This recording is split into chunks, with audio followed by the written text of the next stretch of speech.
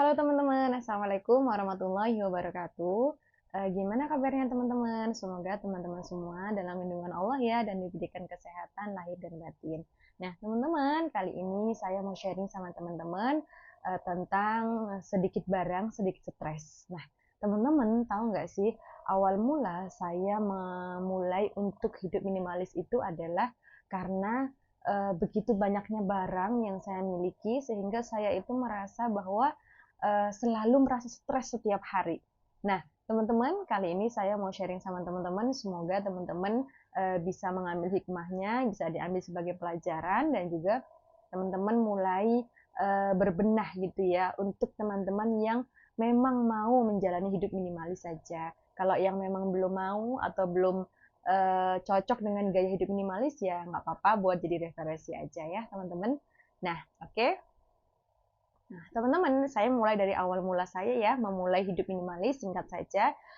Suatu hari saya pulang kerja nih, teman-teman ya. Capek banget ya, namanya kerja kan dari pagi sampai sore, kita cuma punya waktu istirahat itu ketika malam hari ya. Nah, karena sorenya itu udah pasti dibuat untuk beres-beres ya, terus juga berbenah. Nah, teman-teman tahu nggak, ketika suatu hari saya itu pulang kerja, saya sudah selesai beres-beres itu rasanya kan capek banget nih teman-teman ya. Terus saya tuh baring di kamar gitu ya. Terus saya tuh merasa bahwa kok nggak habis-habisnya ya setiap hari tuh pulang kerja tuh pengennya tuh langsung tidur, nggak usah beres-beres rumah, nggak usah ngurusin debu-debu yang ada di lemari, debu-debu yang ada di barang-barang kita. Rasanya tuh langsung pengen istirahat aja deh gitu ya. Bahkan weekend itu pengennya ya nggak diganggu gitu. Nah ternyata nggak sesederhana itu. Apalagi saya adalah orang-orang yang tidak betah dengan sesuatu yang terlihat berantakan atau kotor. Nah, sehingga saya tuh akan pasti buru-buru untuk membersihkan barang-barang yang saya miliki. Entah itu cuma debu di atas lemari, entah itu cuma debu di atas buku yang saya punya gitu ya. Nah, semua itu ingin saya bereskan. Nah, di situ saya istirahat terus saya berpikir ya, kapan ya kita itu kapan ya saya itu merasa harus santai tanpa harus dibebani dengan barang-barang yang saya miliki ini gitu ya. Nah, ternyata setelah saya hidup minimalis, yang setelah saya menjalani kehidupan minimalis, saya baru tahu nih teman-teman ya, kalau barang kita itu akan membuat kita stres, di mana sedikit barang saja kita sudah punya rasa stres gitu ya, untuk membersihkan. Bahkan mungkin butuh waktu atau mood untuk membereskan barang-barang itu, apalagi barang kita yang jumlahnya banyak gitu ya. Nah, di situ saya tuh baru belajar bahwa sedikit barang sedikit stres, sedangkan banyak barang membuat stres. Nah, teman-teman, kenapa ya bisa begitu ya? Karena dengan begitu banyaknya barang yang kita miliki, kita akan merasa bahwa begitu banyak hal-hal yang harus kita lakukan. Misalnya nih, teman-teman punya pajangan vas bunga di rumah. Vas bunganya itu ada 5 sampai 6. Nah, setiap hari minimal ya seminggu 3 kali lah atau 2 kali pasti teman-teman akan membersihkan itu vas bunga satu persatu gitu ya. Bahkan dipoles, dibersihkan, benar-benar rapi supaya tidak berdebu ya. Ini baru satu barang, baru vas bunga saja. Belum dengan buku-buku kita yang ada di rak-rak itu berapa banyaknya.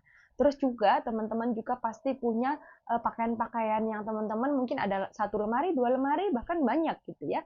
Atau mungkin teman-teman juga punya sepatu, punya sendal ya, punya banyaklah barang-barang yang ada di rumahnya teman-teman. Itu mungkin nggak cuma satu ya. Nah, itu pasti ada banyak gitu. Atau misalnya minimal lebih daripada satu. Nah, itu kan dibersihkan, dirawatnya juga butuh effort ya. Dan itu juga eh, suatu hari itu membuat kita tuh akan jadi stres gitu ya, akan mengeluarkan banyak energi. Nah, inilah yang dikatakan bahwa banyak barang maka akan semakin kita stres. Nah, kenapa? Karena mungkin bisa jadi ya, bisa saja kita tuh akan merasa nanti saja deh diberesinnya, sekarang mau istirahat dulu. Tapi ketika kita menunda membereskan, pasti akan terasa pekerjaan itu akan semakin banyak, akan semakin menumpuk, dan akan semakin kotor gitu. Nah, sedangkan kita di sisi yang lain ingin istirahat, juga pasti kepikiran, aduh, tadi itu belum saya bereskan gitu. Nah, itu maka membuat juga akan semakin stres. Apalagi tadi tipenya seperti saya yang misalnya nih ada horden miring sedikit tuh langsung kepikiran ya. Bahkan sampai di tempat kerja tuh, loh kok tadi saya nggak ngeberesin korden dulu gitu ya. Itu gimana tuh stresnya teman-teman ya. Nah, begitu ya teman-teman. Nah, teman-teman coba teman-teman mulai ya berbenah lagi ya, mulai memilih lagi decluttering barang-barang yang sekiranya teman-teman itu tidak perlukan lagi.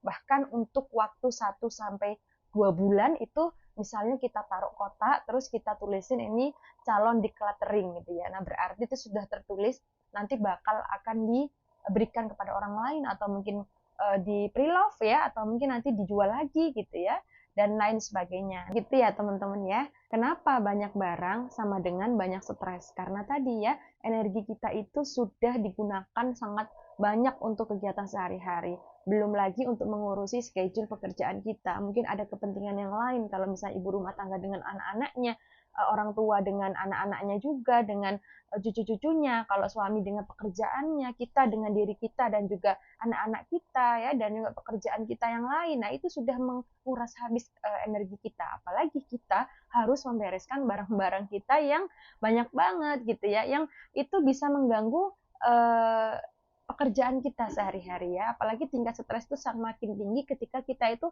tidak segera membereskan. Nah, saya punya tips ya buat teman-teman, mungkin sedikit tips ini bisa membantu teman-teman untuk memulai kehidupan minimalis atau yang setidaknya ingin belajar lebih baik untuk berbenah, untuk decluttering. Nah, teman-teman, yang pertama, teman-teman bisa berusaha untuk mendecluttering pakaian-pakaian teman-teman, barang-barangnya teman-teman, diperhatikan sekeliling ruangan teman-teman, kira-kira mana ya yang bisa didonasikan, mana yang kiranya bisa di pre-love, yang masih bagus, bisa dijual, bisa menjadi pemasukan lagi untuk ditabung mungkin ya, untuk barang-barang yang lebih berguna lagi. Nah, itu tips yang pertama. Yang kedua, teman-teman juga harus punya pemahaman bahwa barang-barang yang sudah teman-teman beri itu tadi tidak lantas dimasukkan lagi ke rumah.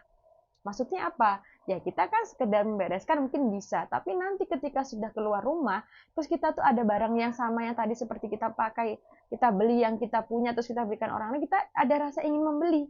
Nah, maka yang kedua adalah controlling diri untuk tidak membeli barang-barang atau memasukkan barang-barang ke rumah kita yang sekiranya barang itu tidak bermanfaat gitu ya. Karena apa?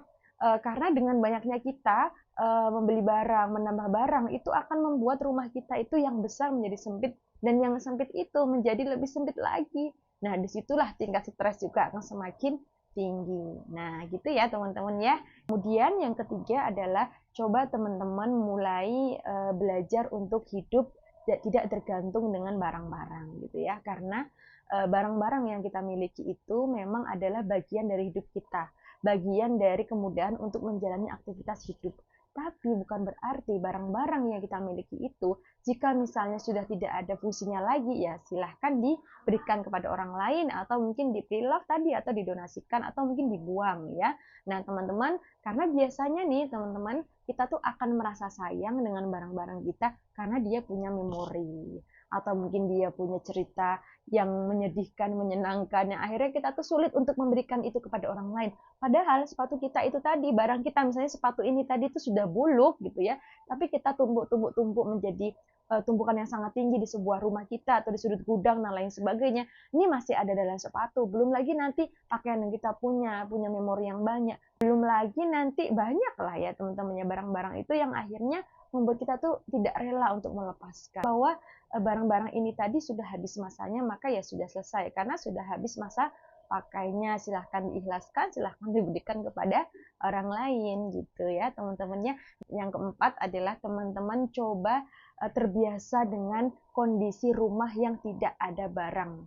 Maksudnya adalah terbiasa dengan misalnya nih di sebuah meja itu nggak ada vas bunganya, ya nggak apa-apa, nggak harus ada yang ngisi, nggak harus ada yang diisi di situ, ya nggak apa-apa. Coba suatu hari di sudut ruangan teman-teman atau di rumahnya teman-teman, biarkan itu terbuka menjadi ruang yang bisa bernafas lega gitu ya.